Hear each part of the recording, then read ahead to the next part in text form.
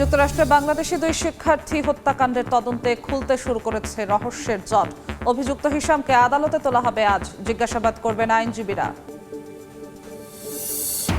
যুদ্ধবন্ধে ইরানের দেয়া শান্তি প্রস্তাব পর্যালোচনা করছেন ট্রাম্প, জানালো হোয়াইট হাউস। পুতিনের সঙ্গে আরাকচির বৈঠক, রাশিয়ার সমর্থনে কৃতজ্ঞতা প্রকাশ। ইসরায়েলি হামলায় লেবাননে নারী সহ নিহত 4, সেনাদের লক্ষ্য করে পাল্টা আক্রমণ হিজবুল্লাহর। সশস্ত্র সংগঠনটির প্রায় 90% অস্ত্র ভান্ডার ধ্বংসের দাবি নেতানিয়াহুর। যুদ্ধবিরতি ভেঙে গাজায় ইসরায়েলি হামলা, নিহত 9 ফিলিস্তিনি। বিভিন্ন সংস্থার সহায়তায় চলছে ধ্বংসস্তূপ সরানোর কাজ। প্রতিকূলতা আর অনিশ্চয়তায় দিন কাটছে বাসিন্দাদের।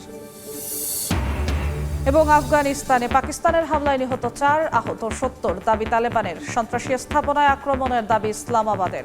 ঝুঁকিতে চীনের মধ্যস্থতায় শান্তি প্রক্রিয়া।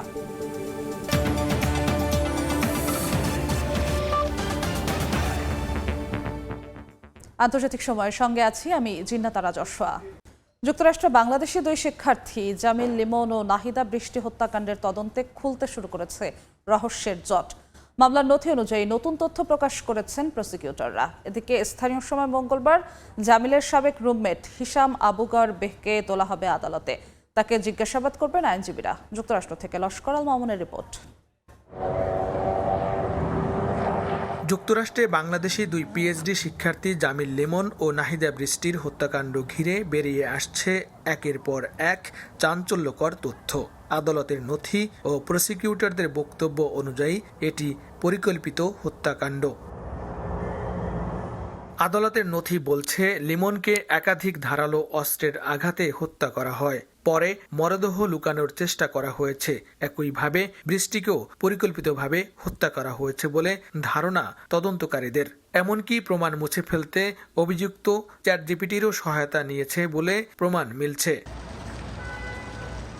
সিসিটিভির ফুটেজ, ডিজিটাল ট্র্যাকিং এবং ফরেনসিক পরীক্ষায় উঠে এসেছে ভয়াবহ চিত্র। ফ্ল্যাটে রক্তের দাগ, ব্যক্তিগত জিনিসপত্রের অবস্থান এবং বিভিন্ন আলামত ঘটনাটিকে আরও স্পষ্ট করেছে। তদন্তকারীরা বলছেন, চ্যাটজিপিটি সার্চ হিস্ট্রি ও ভৌত প্রমাণ মিলিয়ে এটি ছিল অত্যন্ত সুপরিকল্পিত অপরাধ। প্রসিকিউটরদের দাবি, মামলায় প্রাথমিক প্রমাণই অভিযোগের ভয়াবহতা তুলে ধরছে। গেল শনিবার অভিযুক্ত হিশামকে আদালতে হাজির করা হয়। স্থানীয় সময় মঙ্গলবার প্রি ট্রায়াল ডিটেনশন শুনানিতে তাকে জামিন ছাড়া আটক রাখার আবেদন জানানো হবে। রাষ্ট্রপক্ষ বলছে, এমন আসামি মুক্ত থাকলে তা জননিরাপত্তার জন্য গুরুতর ঝুঁকি তৈরি করতে পারে। অন্যদিকে হিলসবোরো কাউন্টি শেরিফ অফিস জানিয়েছে, প্রাথমিক জিজ্ঞাসাবাদে তিনি বিভ্রান্তিকর তথ্য দিলেও পরে তার বক্তব্য পরিবর্তন করেন। রাষ্ট্রপক্ষের আইনজীবীরা আদালতে যুক্তি দিচ্ছেন, এটি অত্যন্ত পরিকল্পিত ও ঠান্ডা মাথার হত্যাকাণ্ড। লস্কর আল মামুন, সময় সংবাদ, যুক্তরাষ্ট্র। যুদ্ধবন্ধে ইরানের দেয়া শান্তি প্রস্তাব পর্যালোচনা করছেন মার্কিন প্রেসিডেন্ট ডোনাল্ড ট্রাম্প। সোমবার বিষয়টি নিশ্চিত করেছে হোয়াইট হাউস। তবে মার্কিন পররাষ্ট্রমন্ত্রী বলেছেন, যে কোনো চুক্তির মূল শর্ত হবে ইরানকে পারমাণবিক অস্ত্র তৈরির সক্ষমতা থেকে দূরে রাখা। এদিকে রুশ প্রেসিডেন্ট পুতিনের সঙ্গে বৈঠকে তেহরানের প্রতি সমর্থন দেয়ায় কৃতজ্ঞতা প্রকাশ করেছেন ইরানের পররাষ্ট্রমন্ত্রী আরাকচি। হোয়াইট হাউস জানিয়েছে, মার্কিন প্রেসিডেন্ট ডোনাল্ড ট্রাম্প তার জাতীয় নিরাপত্তা উপদেষ্টাদের সঙ্গে বৈঠক করেন। সেখানে ইরানের প্রস্তাব বিস্তারিতভাবে পর্যালোচনা করা হচ্ছে। প্রস্তাব অনুযায়ী যুদ্ধবন্ধ এবং গুরুত্বপূর্ণ নৌপথ হরমুজ প্রণালী পুনরায় খুলে দেওয়ার কথা রয়েছে। তবে পারমাণবিক আলোচনাকে ভবিষ্যতের জন্য স্থগিত রাখার শর্ত দিয়েছে তেহরান। মার্কিন অবস্থান নিয়ে কঠোর বার্তা দিয়েছেন পররাষ্ট্রমন্ত্রী মার্কো রুবিও। তিনি বলেছেন, যে কোনো চুক্তির মূল শর্ত হবে ইরানকে পারমাণবিক অস্ত্র তৈরির সক্ষমতা থেকে দূরে রাখা। একই সঙ্গে ট্রাম্প প্রশাসনের অভ্যন্তরীণ আলোচনায় বলা হচ্ছে, অর্থনৈতিক চাপ ও হরমুজ সংকট দ্রুত সমাধানের দিকেই অগ্রাধিকার থাকতে পারে। কিছু বিশ্লেষণে বলা হচ্ছে, ট্রাম্পের উপদেষ্টা দল জেডি ভ্যান্স, জ্যারেড কুশনার ও স্টিভ উইটকপ কূটনৈতিকভাবে অনভিজ্ঞ হলেও প্রেসিডেন্টের ঘনিষ্ঠতার কারণে গুরুত্বপূর্ণ ভূমিকা রাখছেন। এদিকে ইরানের এয়ারলাইন্সের সঙ্গে কাজ করা কোম্পানিগুলোর বিরুদ্ধে নিষেধাজ্ঞার হুমকি দিয়েছে যুক্তরাষ্ট্র। মার্কিন অর্থমন্ত্রী স্কট বেজেন্ট বলেছেন, ইরানের বিমান সংস্থাগুলোকে জ্বালানি সরবরাহ, ক্যাটারিং, ল্যান্ডিং ফি বা রক্ষণাবেক্ষণ সহ যে কোনো সেবা দিলে সংশ্লিষ্ট কোম্পানিগুলো মার্কিন নিষেধাজ্ঞার ঝুঁকিতে পড়বে। তিনি অপারেশন ইকোনমিক ফিউরি নামের একটি পদক্ষেপের কথা উল্লেখ করে জানান, এর আওতায় ইরানের উপর সর্বোচ্চ চাপ প্রয়োগ করা হবে এবং তৃতীয় পক্ষের যে কোনো প্রতিষ্ঠান যারা ইরানের সঙ্গে ব্যবসা বা সহায়তা করবে তাদের বিরুদ্ধেও ব্যবস্থা নিতে যুক্তরাষ্ট্র দ্বিধা করবে না। এরই মধ্যে চীনের একটি তেল শোধনাগার সহ ইরানি তেল পরিবহনের সঙ্গে যুক্ত 19টি শিপিং কোম্পানির উপর একতরফা নিষেধাজ্ঞা বাড়িয়েছে ওয়াশিংটন। অন্যদিকে রাশিয়া ইরান কূটনৈতিক যোগাযোগও বাড়ছে। রুশ প্রেসিডেন্ট ভ্লাদিমির পুতিনের সঙ্গে বৈঠকে ইরানের পররাষ্ট্রমন্ত্রী আব্বাস আরাকচি সর্বোচ্চ নেতা খামেনির বার্তা পৌঁছে দেন। পুতিন ইরানের পাশে থাকার আশ্বাস দেন এবং সংকট সমাধানে সহায়তার প্রতিশ্রুতিও দেন। মস্কো জানিয়েছে তারা ওয়াশিংটন তেহরান সংঘাত নিরসনে রাজনৈতিক উদ্যোগে প্রস্তুত। আন্তর্জাতিক পর্যায়েও চাপ ও প্রতিক্রিয়া বাড়ছে। পাকিস্তান জাতিসংঘে সতর্ক করে বলেছে, হরমুজ প্রণালী বন্ধ হলে বৈশ্বিক জ্বালানি ও খাদ্য সরবরাহে বড় সংকট তৈরি হবে। যুক্তরাজ্যের প্রধানমন্ত্রী কিয়ার স্টারমার যুদ্ধের অর্থনৈতিক প্রভাব নিয়ে জরুরি বৈঠক ডেকেছেন। ইরানের parliament speaker Bagher Ghalibaf Hormuz ও অন্যান্য প্রণালী কৌশলগত কার্ড হিসেবে উল্লেখ করেছেন। নাদিম মারজান, সময় সংবাদ। কাগজে কলমে যুদ্ধবিরতি চললেও মাটিতে চলছে গোলাগুলি। ইসরায়েলি বিমান হামলা ও গোলাবর্ষণে লেবাননের দক্ষিণাঞ্চলে নারী সহ অন্তত 4 জন নিহত হয়েছেন। আহত হয়েছেন আরও অর্ধশতাধিক। পাল্টা ইসরায়েলের কয়েকটি শহরে অবকাঠামো ও সেনাদের লক্ষ্য করে হামলা চালিয়েছে হিজবুল্লাহ। নিরাপত্তা ঝুঁকির কারণে উত্তর ইসরায়েলের মাউন্ট মেরনে আয়োজিত বড় ধর্মীয় উৎসব বাতিল করেছে দেশটির সরকার। প্রধানমন্ত্রী নেতানিয়াহুর দাবি, হিজবুল্লাহর প্রায় 90% অস্ত্র ভান্ডার ধ্বংস হয়ে গেছে। দক্ষিণ লেবাননে ইসরায়েলি বাহিনীর ওপর একাধিক হামলার দাবি করেছে হিজবুল্লাহ। সংগঠনটি জানায়, বিনোদ জাওয়াইল শহরে বাড়িঘর ভাঙতে থাকা একটি সামরিক বুলডোজার, কান্তারা এলাকায় একটি মেরকাভা ট্যাঙ্ক এবং নাকাউরা এলাকায় ইসরায়েলি সেনাদের দুটি সমাবেশ লক্ষ্য করে হামলা চালানো হয়েছে। যুদ্ধবিরতি কার্যকর থাকলেও এই হামলা নতুন করে উত্তেজনা বাড়াচ্ছে। ইসরায়েলি বিমান হামলা ও গোলাবর্ষণে দক্ষিণ লেবাননে নারী সহ কয়েকজন নিহত হয়েছেন। আহত হয়েছেন আরও অর্ধশতের বেশি। গত 17 এপ্রিল যুদ্ধবিরতি শুরু হলেও হামলা বন্ধ হয়নি। মার্চ থেকে শুরু হওয়া সংঘাতে এখন পর্যন্ত 2521 জন নিহত এবং 7804 জন আহত হয়েছেন বলে জানিয়েছে দেশটির স্বাস্থ্য মন্ত্রণালয়। নিরাপত্তা ঝুঁকির কারণে উত্তর ইসরায়েলের মাউন্ট মেরনে আয়োজিত বড় ধর্মীয় উৎসব বাতিল করেছে সরকার। প্রায় 1 লাখ মানুষের অংশগ্রহণের কথা থাকলেও হিজবুল্লাহর হামলার শঙ্কায় তা সীমিত আকারে আয়োজনের সিদ্ধান্ত নেওয়া হয়েছে। সীমান্তের খুব কাছাকাছি হওয়ায় এই সিদ্ধান্ত নেওয়া হয় বলে জানিয়েছে কর্তৃপক্ষ। ইসরায়েলি প্রধানমন্ত্রী বিনিয়ামিন নেতানিয়াহু দাবি করেছেন, হিজবুল্লাহর প্রায় 90% অস্ত্র ভান্ডার ধ্বংস হয়ে গেছে। যদিও বিশ্লেষকদের মতে সংগঠনটির কাছে এখনও বিপুল পরিমাণে রকেট, ক্ষেপণাস্ত্র ও ড্রোন রয়েছে। সেনাপ্রধান এয়াল জামির সতর্ক করে বলেছেন, 2026 সাল জুড়ে একাধিক ফ্রন্টে যুদ্ধ চলতে পারে। আর প্রতিরক্ষা মন্ত্রী ইসরায়েল কাটজ হুঁশিয়ারি দিয়ে বলেছেন, হিজবুল্লাহ আগুন নিয়ে খেলছে। নাদিম মারজান, সময় সংবাদ। দিনের পর দিন যুদ্ধবিরতি ভেঙে চলেছে দখলদার ইসরায়েলি বাহিনী। গেল 24 ঘন্টায় নতুন করে নেতানিয়াহু বাহিনীর হামলায় গাজা উপত্যকায় অন্তত 9 জন ফিলিস্তিনি নিহত হয়েছেন। আহত হয়েছেন আরও 18 জন। গাজা সিটি সহ উপত্যকার বিভিন্ন এলাকায় গত 24 ঘন্টায় ইসরায়েলি হামলা ও গুলিতে বেশ কয়েকজন ফিলিস্তিনি নিহত হয়েছেন বলে জানিয়েছে স্বাস্থ্য মন্ত্রণালয়। এর মধ্যে 6 জন সরাসরি গুলিতে নিহত এবং ধ্বংসস্তূপ থেকে আরও একজনের মরদেহ উদ্ধার করা হয়। হাসপাতাল কর্তৃপক্ষ জানায়, উত্তরের বেইতলাহিয়া এবং দক্ষিণের খান ইউনিসেও কয়েকজন প্রাণ হারিয়েছেন। একই সঙ্গে আর্টিলারি শেলিং ও ভবন ধ্বংসের ঘটনাও ঘটেছে বলে জানা যায়।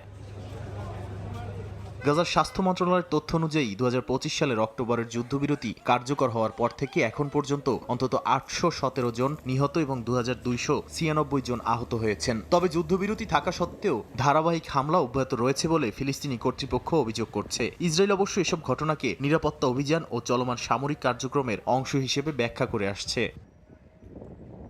নাদিম মারজান, সময় সংবাদ।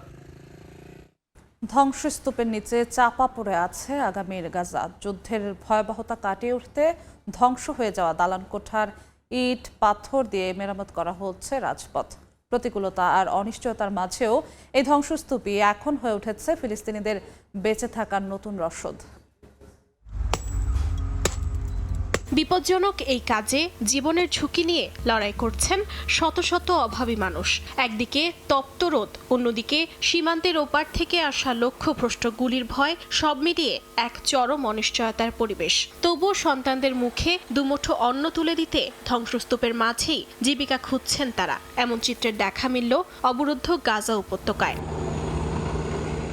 গাজার আকাশ জুড়ে এখন কেবলই ধুলোবালি আর ভারী যন্ত্রপাতির গর্জন। খান ইউনিসের রাজপথে স্তূপ হয়ে থাকা 6 কোটি টনেরও বেশি ধ্বংসস্তূপ সরাতে কাজ করছে ফিলিস্তিনি শ্রমিকরা। জাতিসংঘ উন্নয়ন কর্মসূচি বা ইউএনডিপির এই প্রকল্পের আওতায় ধ্বংস হওয়া ভবনের কংক্রিট আর লোহা গুঁড়ো করে তৈরি করা হচ্ছে নতুন রাস্তা।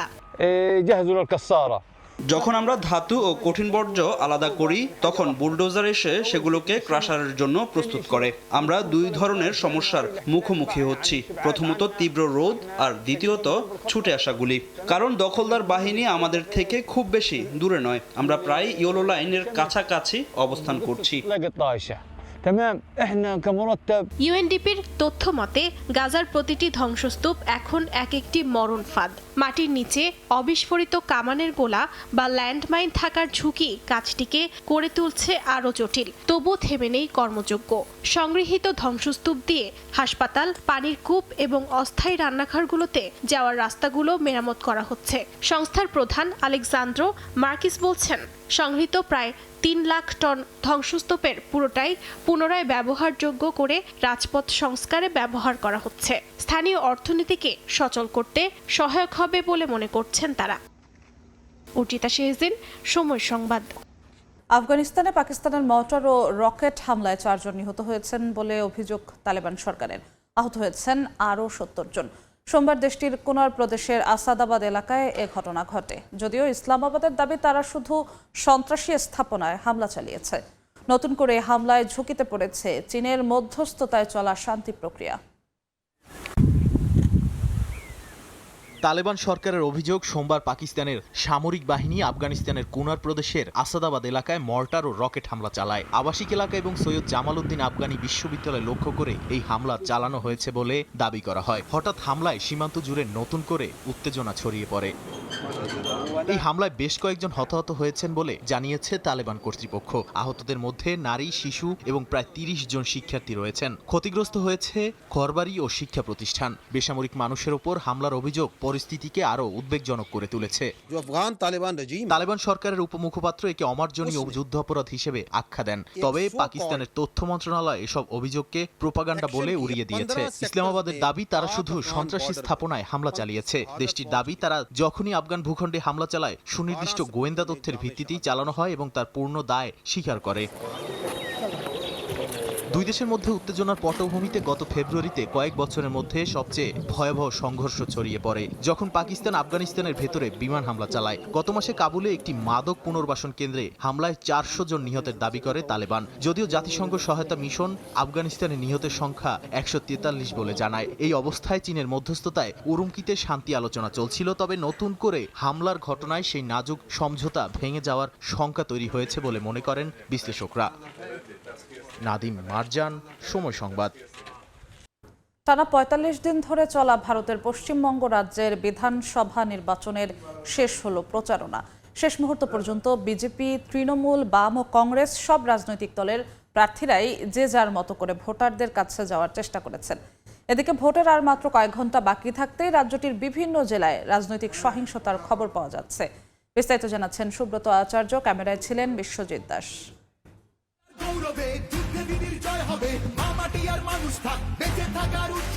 প্রচারের শেষ ঘন্টা বাজার আগেই রাজ্যের শাসক তৃণমূল কংগ্রেস নেত্রী মমতা বন্দ্যোপাধ্যায়, বিজেপি নেতা প্রধানমন্ত্রী নরেন্দ্র মোদী সহ বামফ্রন্ট ও কংগ্রেস নেতারা যে যার মতো করে ভোটারদের মন জয় দিয়েছেন নানা রকম প্রতিশ্রুতি।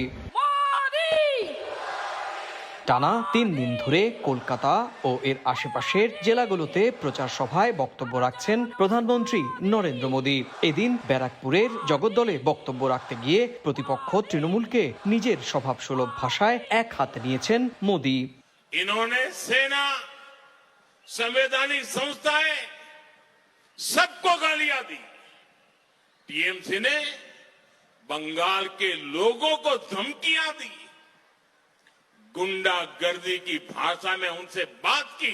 প্রথম দফার নির্বাচন সুষ্ঠু হলেও দ্বিতীয় দফার ভোটের মাত্র কয়েক ঘন্টা আগে হাওড়ার আরামবাগে তৃণমূল কংগ্রেসের এক মহিলা সংসদ সদস্যের গাড়ি ভাঙচুরের ঘটনা ঘটে। এছাড়া কলকাতার অদূরে ব্যারাকপুরের জগদ্দল থানার সামনে সংঘর্ষে জড়ায় বিজেপি তৃণমূলের সমর্থকরা। বাঁশ দিয়ে তার গাড়ির কাঁচ থেঁতলে ভেঙে দিয়েছে, তার শরীরের বিভিন্ন জায়গায় চোট লেগেছে। খেলা যখন আজকে ওরা শুরু করেছে মিতালির উপর আক্রমণ করে, ফিনিশিংটা আমি করব, শেষটা আমি করব 4 তারিখ। বৃহস্পতিবার রাজধানী কলকাতা ও এর আশেপাশের 7 জেলার 142 বিধানসভা কেন্দ্রের ভোট হবে। প্রায় 2.5 লাখ কেন্দ্রীয় বাহিনী ভোটের নিরাপত্তা নিশ্চিত করার দায়িত্ব পালন করছেন। সুব্রত আচার্য, সময় সংবাদ, পশ্চিমবঙ্গ, ভারত। ভারতের পশ্চিমবঙ্গে বিধানসভা নির্বাচনের খবর জানাতে এই মুহূর্তে কলকাতায় আছেন সহকর্মী সুব্রত আচার্য, যাচ্ছি তার কাছে। কাউন্টডাউন শুরু হয়ে গিয়েছে, রাত পোহালেই গণতন্ত্রের উৎসব এবং সেই উৎসবে যারা সরাসরি যুক্ত থাকবেন তারাও কিন্তু প্রস্তুতি নিতে শুরু করেছেন। আমি এই মুহূর্তে রয়েছে একটি ডিসিআরসি সেন্টারে, অর্থাৎ এখান থেকেই আর কিছুক্ষণ পর থেকেই কিন্তু এখান থেকে ইভিএম মেশিন, ভিভিপ্যাট বা ভোটের কাজে ব্যবহার্য সরঞ্জাম সেগুলো নিয়ে যাবেন ভোট কর্মীরা। সুতরাং সেই কাউন্টডাউন ইতিমধ্যেই শুরু হয়ে গিয়েছে। আপনি জানেন যে এবারের এই শেষ দফায় ভোট, অর্থাৎ দ্বিতীয় দফার ভোট অত্যন্ত তাৎপর্যপূর্ণ। গতকাল দুপুর বিকেলের পর থেকেই, অর্থাৎ সন্ধ্যার পর থেকেই সাইলেন্স পিরিয়ড শুরু হয়ে গিয়েছে। রাজনৈতিক দলগুলো কিন্তু এখন ভোটের সময়ের মাহেন্দ্রক্ষণের দিকে তাকিয়ে রয়েছেন। এবার কলকাতার আশেপাশের উত্তর দক্ষিণ 24 পরগনা, হাওড়া, হুগলি, নদিয়া, পূর্ব বর্ধমান, এই 7টি জেলায় 142টি আসনে ভোট হবে। আপনি জানেন যে এর আগে যে ভোট হয়েছিল 23 এপ্রিল, সেখানে কিন্তু 152টি আসনে ভোট হয়েছে, 152টি। আর এবারের যে আগামীকাল রাত পোহালে ভোট, সেখানে 142টি। এই হচ্ছে পশ্চিমবঙ্গ বিধানসভা 294টি আসনের ভোট কালকের ভোটদানের মাধ্যমে শেষ হবে। কালকে এই 7টি জেলার 2,22,00,000 ভোটার কম বেশি 1448 জন প্রার্থীর ভাগ্য নির্ধারণ করবেন। আপনি জানেন যে এই দফায় প্রায় 20 জনের বেশি মন্ত্রী রয়েছেন। সবচেয়ে হাই প্রোফাইল যে কেন্দ্রটি বা আলোচনায় যারা রয়েছেন তারা হচ্ছেন রাজ্যের বর্তমান মুখ্যমন্ত্রী মমতা বন্দ্যোপাধ্যায় এবং অবশ্যই বিরোধী দলীয় নেতা শুভেন্দু অধিকারী। কলকাতার ভবানীপুরে তারা দুজনই মুখোমুখি হচ্ছেন। আগামীকাল তাদের দুজনেরই ভাগ্য নির্ধারণ হবেন। সব মিলিয়ে নিরাপত্তার ছবি আপনারা আগেই জানেন যে প্রথম দফায় নির্বিঘ্নে, সুষ্ঠু, অবাধ, প্রায় সহিংসতা মুক্ত নির্বাচন কমিশন ভোট গ্রহণ করতে পারলেও আমরা গত দুদিন ধরে দেখছি যে কলকাতার আশেপাশে উত্তর 24 পরগনা এবং হুগলিতে, হাওড়াতে এবং পূর্ব বর্ধমানে বেশ কিছু জায়গা থেকে কিন্তু ছোটখাটো ভোট সংশ্লিষ্ট সহিংসতার খবর পাওয়া গিয়েছে। একজন কেন্দ্রীয় বাহিনী, তিনিও কিন্তু পরশুদিন রাতে গুলিবিদ্ধ হয়েছেন এবং আরো বেশ কয়েকজন রাজনৈতিক কর্মী, সমর্থক, তাদেরও আহত হওয়ার খবর রয়েছে। ভোট কেন্দ্রে ভোট দেওয়ার আগে যেটা হয়, 12-14 ঘন্টা আগে যেটা হয়, রাজনৈতিক দলগুলো যেখানে প্রভাব বিস্তার করে সেখানে গিয়ে ভোটারদের শাসানো, হুমকি দেওয়া, বাইক নিয়ে দাপট দেখানো, তাদের প্রভাব বিস্তার করা। সেক্ষেত্রেও কিন্তু নির্বাচন কমিশন এবার কিন্তু রাশ টেনে ধরেছে। আপনি জানেন যে সন্ধ্যের পর 6টার পর থেকে কিন্তু কয়েকজন মিলে বাইক চালানো, বাইকের গতি খুব বেশি গতিতে না চালানো এবং বাইক নিয়ে এমন কোনো কাজ করা যাবে না যেখানে নাকি সরাসরি ভোটের কাজে বিঘ্ন ঘটায়। সে কারণে সেখানেও নজরদারি রয়েছে। নির্বাচন কমিশন, কেন্দ্রীয় বাহিনী এবার কিন্তু প্রথম দফার থেকে তুলনায় কিছুটা কম। আমরা দেখেছি যে প্রায় 2338 কোম্পানি কেন্দ্রীয় বাহিনী মোতায়েন করা হয়েছে, তার মধ্যে 270 কোম্পানি শুধুমাত্র কলকাতায় মোতায়েন করা হয়েছে। এছাড়াও আপনি জানেন যে কলকাতার দুটো অত্যন্ত গুরুত্বপূর্ণ দুটো জেলা রয়েছে, উত্তর এবং দক্ষিণ 24 পরগনা। এই দুটো জেলাতেও কিন্তু নজিরবিহীন নিরাপত্তা বলয় তৈরি করেছে নির্বাচন কমিশন। নির্বাচন কমিশনের কাছে প্রথম দফায় যে শান্তিপূর্ণ, অবাধ, সুষ্ঠু নির্বাচন পরিচালনা করার যে তাদের অর্জন হয়েছে, দ্বিতীয় দফায় যদি তাদের এই অর্জনটি অক্ষুণ্ণ থাকে তাহলে 80 বছরের পুরনো এই প্রতিষ্ঠানটির ওপর রাজ্যের সাধারণ মানুষের ভোটারদের আরো বেশি আস্থা তৈরি হবে। জানেন যে পঞ্চায়েত নির্বাচন হোক, পৌরসভা নির্বাচন হোক, লোকসভা নির্বাচন হোক কিংবা বিধানসভা নির্বাচন হোক, পশ্চিমবঙ্গের নির্বাচনী ইতিহাসে সহিংসতাহীন, রক্তপাতহীন, মৃতদেহহীন নির্বাচন কিন্তু হয়নি। সেক্ষেত্রে প্রথম দফায় যে নির্বাচনের ছবিটা রাজ্যবাসী দেখেছেন, সহিংসতাহীন, রক্তপাতহীন, সেটি নির্বাচন কমিশন আগামীকালকে রাত পোহালে করতে পারবে কিনা সেটি কিন্তু নির্বাচন কমিশনের কাছে বড় চ্যালেঞ্জ। আরো একটি বিষয় যেটি অত্যন্ত গুরুত্বপূর্ণ, নির্বাচন কমিশনার মুখ্য নির্বাচন কমিশনার মনোজ কুমার আগরওয়াল তিনি কিন্তু তিনি প্রকাশ্যে বলেননি কতগুলো সংবেদনশীল বুথ আছে বা কতগুলো ভোট কেন্দ্র রয়েছে, কিন্তু তিনি বেছে বেছে গতকাল থেকেই কিন্তু বিভিন্ন জেলাতে ঘুরে বেড়াচ্ছেন এবং ভোটারদের এবং ভোটের সঙ্গে সংশ্লিষ্ট কর্মকর্তাদের সঙ্গে কথা বলে আশ্বস্ত করছেন। আপনি জানেন যে ভয়ের একটা পরিবেশ সবগুলো রাজনৈতিক দলের পক্ষ থেকে করা হচ্ছে, বিশেষ করে দুটো নির্দিষ্ট রাজনৈতিক দল বিজেপি এবং তৃণমূল যে যেখানে তাদের প্রভাব বা যে যেখানে তাদের রাজনৈতিক দাপট রয়েছে তারা তাদের মতো করে দেখানোর চেষ্টা করছে। নির্বাচন কমিশন অবাধ, নিরপেক্ষ এবং সুষ্ঠু নির্বাচন পরিচালনা করার স্বার্থে যতটুকুন করা সম্ভব নির্বাচন কমিশনের পক্ষ থেকে করছে। যদিও নির্বাচন কমিশন অতি আগ্রহী হয়ে তৃণমূল কংগ্রেসের ওপর বেশি বাড়াবাড়ি করছে এমনটি অভিযোগ তৃণমূলের পক্ষ থেকে করা হচ্ছে, যদিও বিজেপি বলছে এটি নির্বাচন কমিশনের কাজ, কোথায় কি করবে সেটি নির্বাচন কমিশনের নিজস্ব এখতিয়ার। তো এই ছিল আমার কাছে রাত পোহালে ভোট কাউন্টডাউন শুরু হয়ে গিয়েছে। আমার কাছে থাকা পশ্চিমবঙ্গের অত্যন্ত গুরুত্বপূর্ণ দ্বিতীয় দফার ভোটের আগে সব শেষ পরিস্থিতি। কলকাতা থেকে যুক্ত হয়েছিলেন সহকর্মী সুব্রত আচার্য। যুক্তরাষ্ট্রের নির্বাচনী ব্যবস্থায় ট্রাম্প প্রশাসন কেন্দ্রীয় নিয়ন্ত্রণ বাড়ানোর চেষ্টা করছে বলে এক প্রতিবেদনে দাবি করেছে রয়টার্স। প্রতিটি অঙ্গরাজ্যে আলাদা আলাদা চাপ প্রয়োগ করে ভোট ব্যবস্থার উপর নজরদারির চেষ্টা চলছে বলে দাবি করা হয়। ভোটার তথ্য, ভোটিং মেশিন ও রেকর্ডে কেন্দ্রীয় হস্তক্ষেপের ইঙ্গিতও মিলেছে। নভেম্বরের নির্বাচনের আগে অঙ্গরাজ্য বনাম কেন্দ্রে টানাপোড়েন আরও তীব্র হচ্ছে। ট্রাম্প প্রশাসন যুক্তরাষ্ট্রের বিভিন্ন অঙ্গরাজ্যে নির্বাচনী ব্যবস্থার উপর কেন্দ্রীয় নিয়ন্ত্রণ বাড়ানোর চেষ্টা করছে বলে প্রতিবেদন প্রকাশ করেছে ব্রিটিশ বার্তা সংস্থা রয়টার্স। অন্তত 8টি রাজ্যে তদন্ত, তল্লাশি এবং ভোটার তথ্য ও ভোটিং সিস্টেমে প্রবেশাধিকারের দাবি জানানো হয়। কিছু ক্ষেত্রে নিরাপত্তা সংস্থা পরিচয়ে ভোটার রেকর্ড সংগ্রহের অনুরোধও করা হয়। ওহাইও অঙ্গরাজ্যে একটি বড় উদাহরণে হোমল্যান্ড সিকিউরিটির কর্মকর্তা ভোটার তালিকা, ভোটিং ইতিহাস এবং ব্যক্তিগত তথ্য চেয়ে স্থানীয় কর্তৃপক্ষের সঙ্গে যোগাযোগ করেন। পরে কয়েকটি কাউন্টি থেকে তথ্য সংগ্রহ করা হয়। একই ধরনের অনুরোধের মাধ্যমে অন্তত 6টি কাউন্টিতে ভোটার তথ্য সংগ্রহের অভিযোগ ওঠে, যেখানে সংবেদনশীল ব্যক্তিগত তথ্যও অন্তর্ভুক্ত ছিল। কলোরাডো এবং মিসৌরিতে ভোটিং মেশিনে প্রবেশাধিকারের চেষ্টা এবং নির্বাচনী নথি যাচাইয়ের ঘটনাও সামনে আসে। কিছু ক্ষেত্রে ডমিনিয়ন ভোটিং সিস্টেমের মেশিনে অ্যাক্সেস চাওয়া হয়, যা স্থানীয় কর্মকর্তারা আইনগত কারণে প্রত্যাখ্যান করেন। একই সময় বিচার বিভাগ ও হোমল্যান্ড সিকিউরিটির বিভিন্ন ইউনিট ভোটার রোল যাচাই ও তদন্ত বাড়ায়। এই উদ্যোগকে কেন্দ্র করে রাজ্য ও ফেডারেল সরকারের মধ্যে সাংবিধানিক ক্ষমতার লড়াই আরও তীব্র হয়েছে। কয়েকটি অঙ্গরাজ্য ভোটার তথ্য দিতে অস্বীকৃতি জানিয়ে আদালতে শরণাপন্ন হয়েছে। অন্যদিকে ট্রাম্প প্রশাসন দাবি করছে এসব পদক্ষেপের উদ্দেশ্য ভোটার তালিকা থেকে অবৈধ এন্ট্রি ও অননুমোদিত ভোটার চিহ্নিত করা। তাই আসন্ন নির্বাচনের আগে মার্কিন নির্বাচন ব্যবস্থাকে ঘিরে আস্থার সংকট আরও গভীর হচ্ছে। নাদিম মারজান, সময় সংবাদ। নাটোর সঙ্গে ট্রাম্পের কূটনৈতিক টানাপোড়েনে জোটের বার্ষিক শীর্ষ সম্মেলন বন্ধের শঙ্কা দেখা দিয়েছে। এ নিয়ে বেড়ে চলেছে জোটের অভ্যন্তরীণ উত্তেজনা। নাটকীয়তা কমিয়ে সিদ্ধান্ত গ্রহণে গুরুত্ব দিতে চায় সদস্য দেশগুলো। 2028 সালের সম্মেলন নিয়ে এই সবচেয়ে বড় অনিশ্চয়তা থেকে গেছে। পশ্চিমা সামরিক জোট ন্যাটো এখন তাদের শীর্ষ বার্ষিক সম্মেলন আয়োজন বন্ধ বা কমানোর বিষয়টি নিয়ে বিবেচনা করছে বলে একাধিক কূটনৈতিক সূত্রের বরাতে জানিয়েছে বিভিন্ন গণমাধ্যম। বর্তমানে প্রতি বছরই সদস্য দেশগুলোর রাষ্ট্র ও সরকার প্রধান বৈঠকে সাক্ষাৎ করলেও ভবিষ্যতে এই নিয়ম পরিবর্তন হতে পারে বলে ধারণা করা হচ্ছে। এই আলোচনার পেছনে অন্যতম বড় কারণ হিসেবে উঠে এসেছে জোটের ভেতরে চাপ ও রাজনৈতিক উত্তেজনা। বিশেষ করে ডোনাল্ড ট্রাম্পের সময়কালে যুক্তরাষ্ট্র ও অন্য সদস্য দেশগুলোর মধ্যে সম্পর্কের টানাপোড়েন, প্রতিরক্ষা ব্যয়, সামরিক অভিযান ও সিদ্ধান্ত গ্রহণ নিয়ে বেশ কয়েকবার প্রকাশ্য মতবিরোধ দেখা গেছে।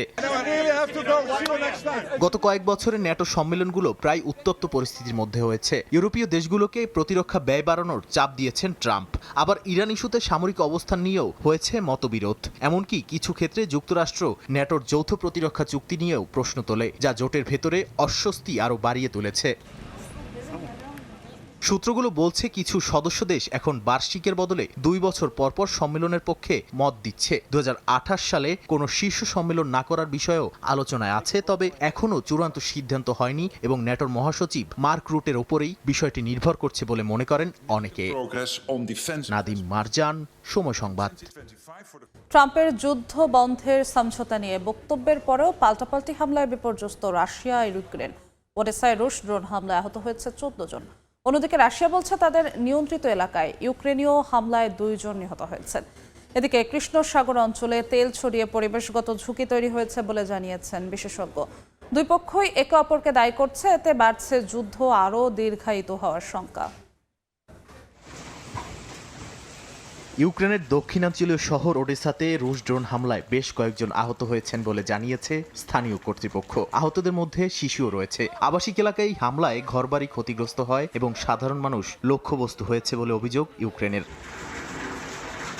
অন্যদিকে রাশিয়ার দাবি অনুযায়ী ইউক্রেনীয় ড্রোন হামলায় তাদের নিয়ন্ত্রিত এলাকায় কয়েকজন আহত হয়েছেন। এর মধ্যে জাপোরিজ্জিয়া পারমাণবিক বিদ্যুৎ কেন্দ্র এলাকায় একটি পরিবহন ইউনিটে হামলায় একজন কর্মী নিহত হন বলে রুশ কর্তৃপক্ষ জানিয়েছে। পাশাপাশি বেলগরদ অঞ্চলেও একাধিক হতাহতের ঘটনা ঘটে।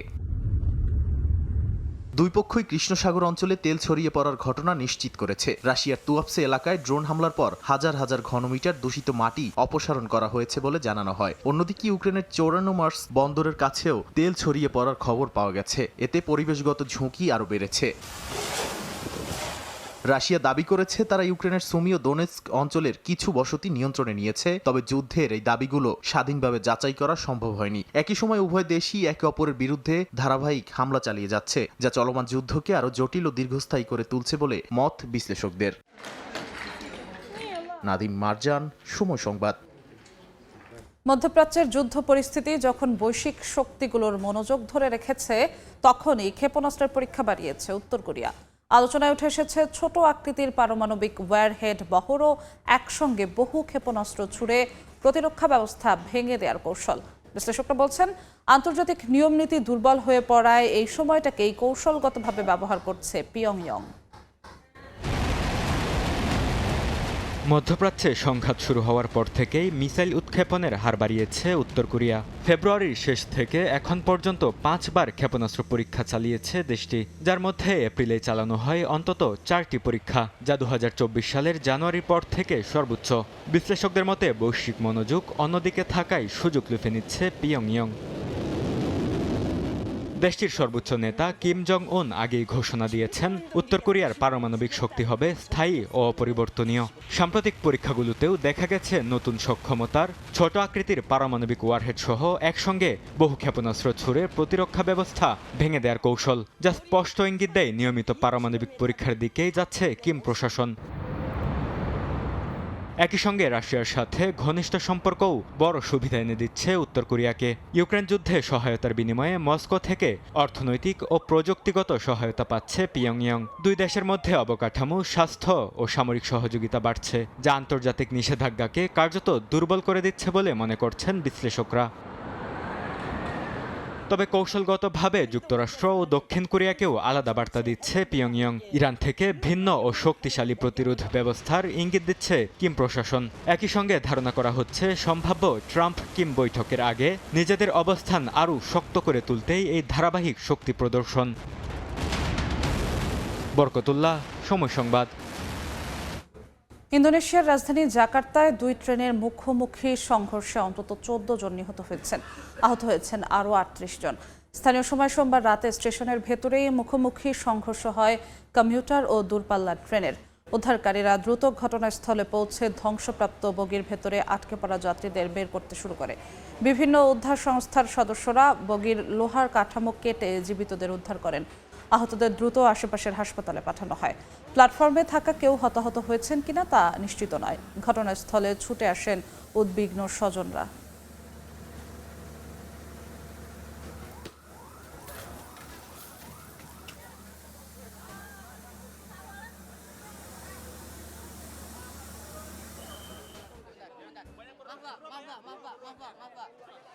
দেখছেন আন্তর্জাতিক সময়। গত 2 মাসে কানাডার টরন্টোর জ্বালানি তেলের দামে অস্থিরতা বিরাজ করেছে। ফেব্রুয়ারির তুলনায় স্পষ্টভাবে দাম বেড়েছে কয়েক দফা। মার্চে অনেক ওঠানামা করলেও এপ্রিলের শেষে এসে তা কিছুটা স্থিতিশীল। বিস্তারিত জানাচ্ছেন রশিদ লিমন। বিশ্বজুড়ে এখন আলোচনার মূল বিষয়বস্তু কিন্তু জ্বালানি তেল, সেই জ্বালানি তেলের দাম। আমি এখন রয়েছি কানাডার টরন্টোতে এবং এইখানটা যদি আমি দেখি যে এখানে কিন্তু তেলের দাম গত বেশ কিছুদিন ধরে, সেই হিসাবে যদি বলি 2 মাস ধরে কিন্তু তেলের দাম নিয়মিতই ওঠানামা করছে। এবং সাধারণত একটা কথা বলে থাকি যে এখানে কানাডা, বিশেষ করে অন্টারিওতে তেলের দামটা মূলত থাকে লিটার প্রতি $1.12 থেকে 14 সেন্টের মধ্যেই সবসময় স্বাভাবিক অবস্থায় থাকে। এখানে কিন্তু দিনের বেলা এবং রাতের বেলা যে তেলের দাম, সে তার মধ্যে কিন্তু কিছুটা তারতম্য দেখা দেয়। অর্থাৎ দিনের বেলা থেকে রাতের বেলায়, অর্থাৎ সন্ধ্যার পরে আমরা দেখে থাকি যে প্রায় প্রতিদিনই 10-20 সেন্ট কিন্তু ওঠানামা করে। তবে গত 2 মাসে এটি কিন্তু, এই ওঠানামাটা কিন্তু একদম চোখে পড়ার মতো। আজকে কিন্তু তেলের দাম প্রায় লিটার প্রতি $1.60 বা তারও বেশি, প্রায় 70 পয়সার মতো কিন্তু পড়ে যাচ্ছে। কিন্তু ফেব্রুয়ারি থেকে মার্চে প্রায় 22% বেশি কিন্তু তেলের দাম বৃদ্ধি পেয়েছিল। কিন্তু মার্চের এপ্রিলের শুরুতে এসে সেটি কিছুটা কমলেও এখনো কিন্তু যে জ্বালানি তেলের বাজারটা, সেই বাজারে কিন্তু স্থিতিশীলতা সেটি কিন্তু আসলে এখনো চলেনি। তবে $2 মতো কিন্তু আসলে এখানে সেই পরিমাণ এই গত 2 সপ্তাহ ধরে কিন্তু সে জায়গা থেকে কিছুটা সরেছে, কিছুটা নিম্নগামী। যুদ্ধ পরিস্থিতি যদি উন্নতি না হয় সেক্ষেত্রে কিন্তু আসলে এই দামটা গিয়ে এই অবস্থাতেই থাকবে, অর্থাৎ $1.60 থেকে 70 সেন্ট এর মধ্যেই আসলে থাকবে, এর মধ্যেই ওঠানামা করবে। তবে হ্যাঁ, অবশ্যই পরিস্থিতি যদি পরিবর্তন হয়, এইখানে আমরা যেটা দেখেছি সাথে সাথেই কিন্তু আসলে সেই দামটা হয়তো আগের জায়গায় ফিরে আসবে, এমনটা বিভিন্ন সংবাদ মাধ্যমে আমরা দেখেছি, বলা হচ্ছে। আর অবনতি হলে তো কথাই নেই, সেক্ষেত্রে আবার যে কোথায় পৌঁছে সেই সংখ্যাটা কিন্তু থেকেই যাচ্ছে। তো এই ছিল মোটামুটি আমার কাছে এই টরন্টো, বিশেষ করে অন্টারিও তথা টরন্টো, কানাডা থেকে জ্বালানি তেলের বাজারের আমার কাছে পাওয়া সবশেষ তথ্য। অত্যাধুনিক সব ফিচার সহ চীনা গাড়ি যখন তাক লাগাচ্ছে বিশ্বকে, সেখানে সুবিধা না দিয়ে কেবল আক্ষেপ দিচ্ছে যুক্তরাষ্ট্র। বেজিং অটো শোতে হাজির হয়ে এক মার্কিন ইউটিউবার যেন এটাই চোখে আঙুল দিয়ে দেখিয়ে দিলেন সবাইকে। দামে সস্তা হওয়ায় এসব গাড়ির প্রতি আকর্ষিত হচ্ছে খোদ মার্কিন নাগরিকরাই। তবে রাজনৈতিক শোরগোলে ইচ্ছে থাকলেও চীনা গাড়ি কিনতে পারছেন না তারা। বেইজিং অটো শোতে সারি সারি সাজানো ইলেকট্রনিক এসইউভি, পিকআপ ট্রাক আর ফিউচারিস্টিক কনসেপ্ট কার। তবে এবার আলোচনার কেন্দ্রে গাড়ি নয়, বরং এক মার্কিন ইউটিউবার ইথান রবার্টসন। উত্তর ক্যারোলিনা থেকে আসা এই যুবক তার হুইলস বয় চ্যানেলের মাধ্যমে বিশ্বকে দেখাচ্ছেন চীনা গাড়ি। তার নেতৃত্বে অস্ট্রেলিয়া, নিউজিল্যান্ড আর আরব আমিরাত থেকে আসা দর্শনার্থীরা ঘুরে দেখছেন অত্যাধুনিক সব মডেল। এসব চীনা গাড়িতে রয়েছে অত্যাধুনিক সব ফিচার, সেই সঙ্গে অনেক বেশি সাশ্রয়ী হওয়ায় নজর কাড়ছে ভিনদেশি ক্রেতাদের। তবে এসব গাড়ির কম দামি এখন গলার কাটা হয়ে দাঁড়িয়েছে মার্কিন বাজারের জন্য। সস্তা, টেকসই আর উন্নত প্রযুক্তি, এই ত্রিমুখী আক্রমণে কোণঠাসা বৈশ্বিক অটোমোবাইল জায়ান্টরা। এমন গাড়ি যুক্তরাষ্ট্রে না পাওয়ায় আক্ষেপ প্রকাশ করেছে অনেক মার্কিন নাগরিক। যুক্তরাষ্ট্রে $30,000 ভালো কোনো ইভি পাওয়াই দায়, অথচ এখানে সেই একই দামে আপনি পাচ্ছেন সব ফিচারে ঠাসা এক প্রিমিয়াম গাড়ি। অবিশ্বাস্য হলেও এটাই সত্যি। মার্কিন সরকার নিজেদের বাজার বাঁচাতে কড়া বিধিনিষেধ দিয়ে রেখেছে চীনা গাড়ির ওপর। তবে প্রযুক্তির দেয়াল দিয়ে ঠেকিয়ে রাখা অসম্ভব বলে উল্লেখ করে আন্তর্জাতিক বিশ্লেষকরা বলছেন, আজ না হোক কাল চীনা বৈদ্যুতিক গাড়ির আধিপত্য মেনে নিতেই হবে বিশ্বকে। অন্তরা সেন, সময় সংবাদ। বিশ্ব শান্তি কামনার মধ্য দিয়ে বাংলা বর্ষবরণ উৎসব উদযাপন করেছে যুক্তরাষ্ট্রের ক্যালিফোর্নিয়ার বাঙালিরা। স্থানীয় সময় রোববার দিনব্যাপী নানা আয়োজনে বাংলা নববর্ষ 1433-কে বরণ করে নেয় প্রবাসীরা। লস্কর আল মামুনের রিপোর্ট। অতীত ভুলে নতুন করে সুখ, শান্তি ও সমৃদ্ধি কামনায় আনন্দঘন পরিবেশে যুক্তরাষ্ট্রের মাটিতে বাঙালির সার্বজনীন উৎসব বর্ষবরণের আয়োজনে নিজেদের সামিল করেন প্রবাসী বাঙালিরা। ভোরের আলো ফুটতেই ক্যালিফোর্নিয়ার ব্লুমফিল্ডে প্রাতরাশ আর মঙ্গল শোভাযাত্রার মধ্য দিয়ে শুরু হয় বর্ষবরণ উৎসব। এই আনন্দে মেতে ওঠেন বাঙালি নারী পুরুষ শিশু সহ সবাই। বর্ষবরণ উৎসবে যোগ দিয়ে উচ্ছ্বাস প্রকাশ করেন তারা। জাতি ধর্ম বর্ণ নির্বিশেষে আমরা যে আজকে ক্যালিফোর্নিয়াবাসীর পক্ষ থেকে শুভ নববর্ষ উদযাপনের আয়োজন করেছি।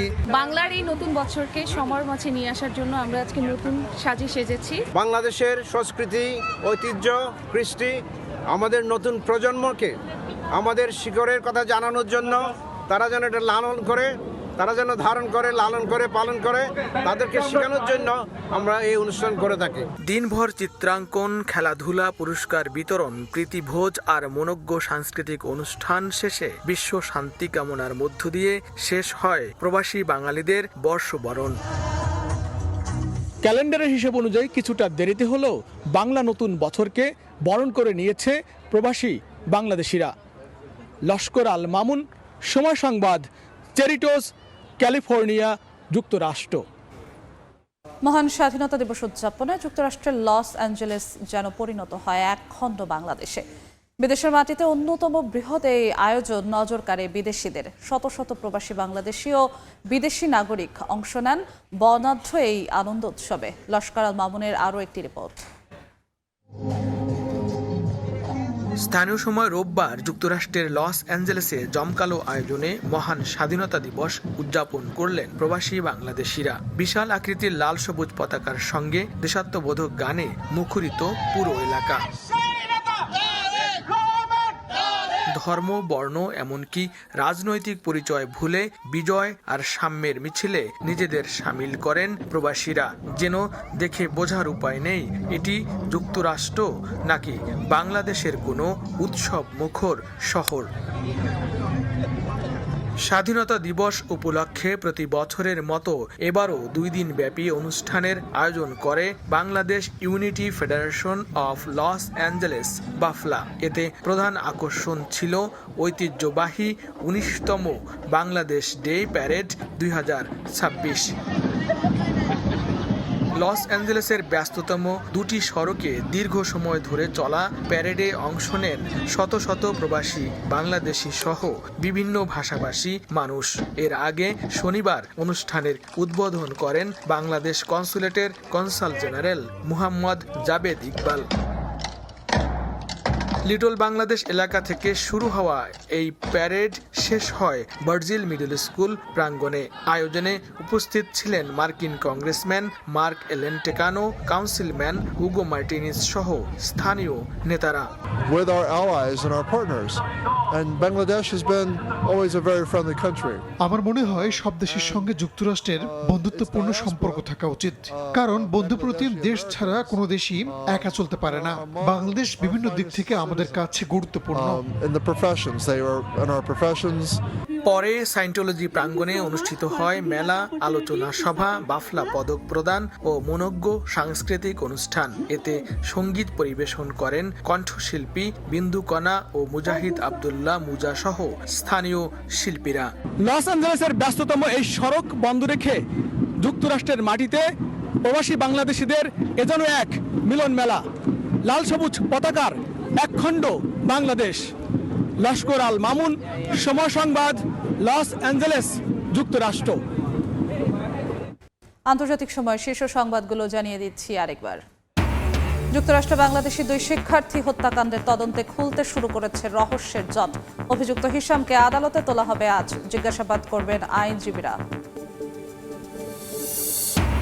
যুদ্ধবন্ধে ইরানের দেয়া শান্তি প্রস্তাব পর্যালোচনা করছেন ট্রাম্প, জানালো হোয়াইট হাউস। পুতিনের সঙ্গে আরাকচির বৈঠক, রাশিয়ার সমর্থনে কৃতজ্ঞতা প্রকাশ।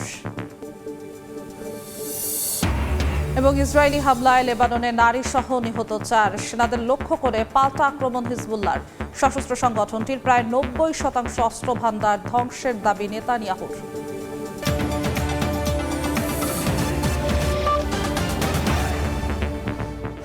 এই ছিল আন্তর্জাতিক সময়ের পর সকাল 10টার সময় সংবাদ নিয়ে সঙ্গে থাকবেন তাজমিলা খান। ধন্যবাদ যশোয়া। সকাল 10টার সময় সংবাদ নিয়ে আসছি কিছুক্ষণ পর, সঙ্গে থাকুন সময়ের।